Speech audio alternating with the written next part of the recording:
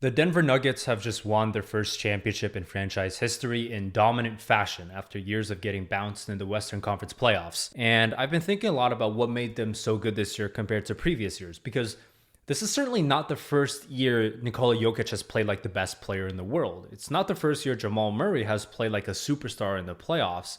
And it's not their first postseason with Aaron Gordon either. What it really is the first year all these three things came together.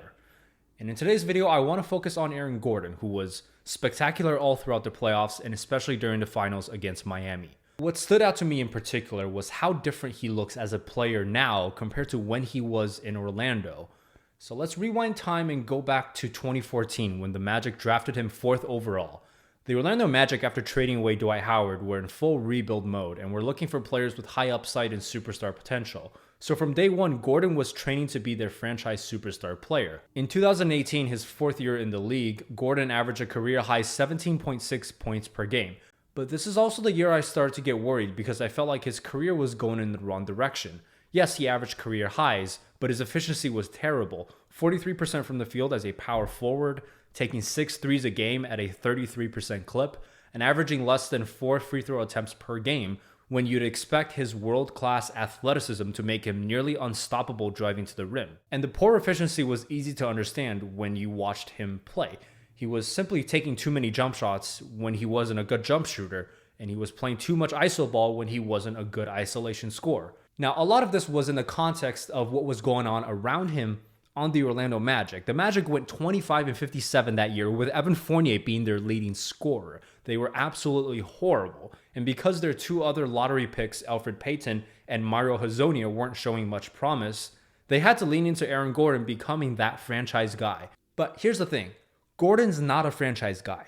High volume, high usage, and high efficiency scorers are rare to come by in the NBA, which is why they get paid a lot.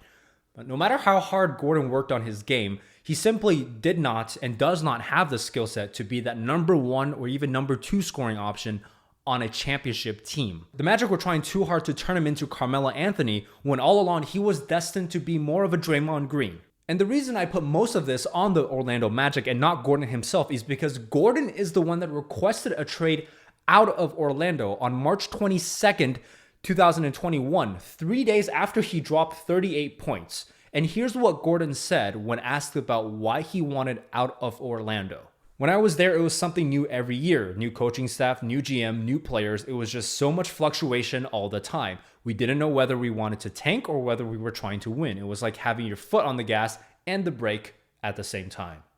Burnout. Every NBA player, for PR reasons, is trained to say, I only care about the team. I only care about winning. But of course, we know that's not true. Guys care about their stats. They care about their money.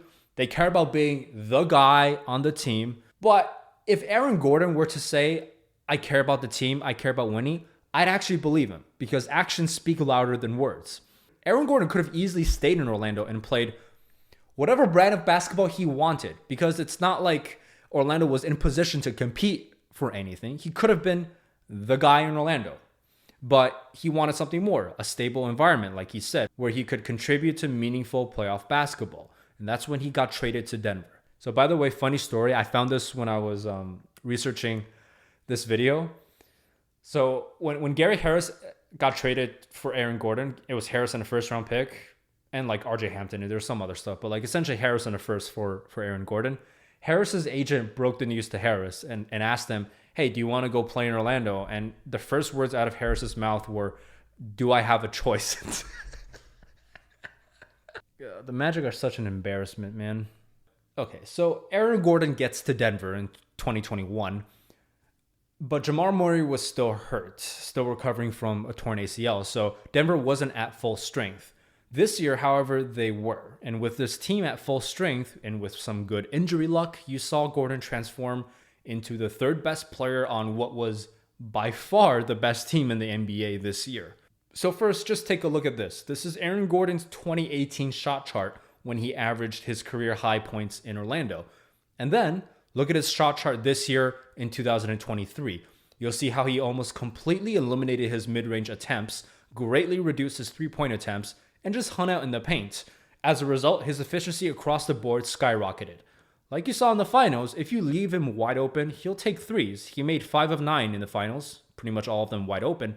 And if you put Gabe Vincent on him, he'll still post up. But other than that, he's happy to pass and set picks and roll to the rim, which is his strong suit. And his presence in the paint was instrumental to this historically great offense.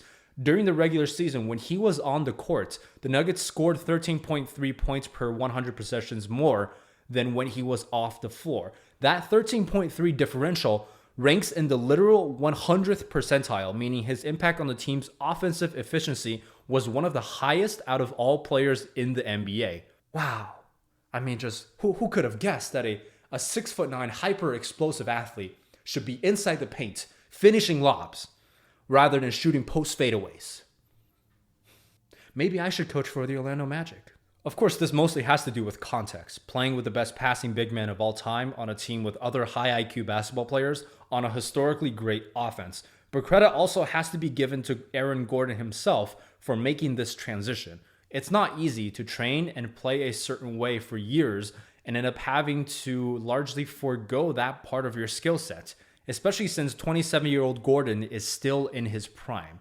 For some players, that transition is impossible. For some players, I mean, y'all know who I'm talking about. Anyways, the most valuable thing Gordon brought to the Nuggets, however, was his defense. And this is where I like the Draymond Green comparison, despite them being different offensive players. Gordon obviously has the physical tools to be a great defender. It's possible Gordon was always a great defender, although I didn't really see that in Orlando. But then again, is that Gordon's fault? Probably not. How many times can you watch Evan Fournier and Nikola Vucevic get abused in a pick and roll before you just give up? Like, I would not even try after a while. I'd be like, oh, whew, there goes my beloved teammate Evan Fournier again, getting cooked tonight by, Rodney Hood. Nice. Go Evan. Aaron Gordon, by the way, has one of the more impressive defensive playoff resumes in terms of the players he had to guard each round en route to a championship. So in round 1, it was Karl Anthony Towns. In round 2, Kevin Durant. In round 3, LeBron James. And then in round 4, Jimmy Butler. That's a pretty good list. And more importantly, all 4 of those guys performed subpar offensively against the Nuggets than they did in previous series. And it's not like the Nuggets during the regular season were some lockdown all-time great defensive team. Not really. So even if you want to say that the Nuggets had an easy path to the championship, which for the record, I think is a ridiculous argument. I don't think that's true at all. But even if you think that's true, Aaron Gordon's individual assignment each round was not easy at all. Like Chris Bosh did in 2012, like Kevin Love did in 2016, Aaron Gordon this year proved that no matter what numbers you put up on your previous team, if you truly want to win, you have to adjust when you land on a championship roster with players that are better than you. It demands sacrifice. Although in Aaron Gordon's case, it looks like he's far more comfortable in this role as the glue guy than as the go-to scorer. After all, who needs to be Carmelo Anthony when you can be an NBA champion?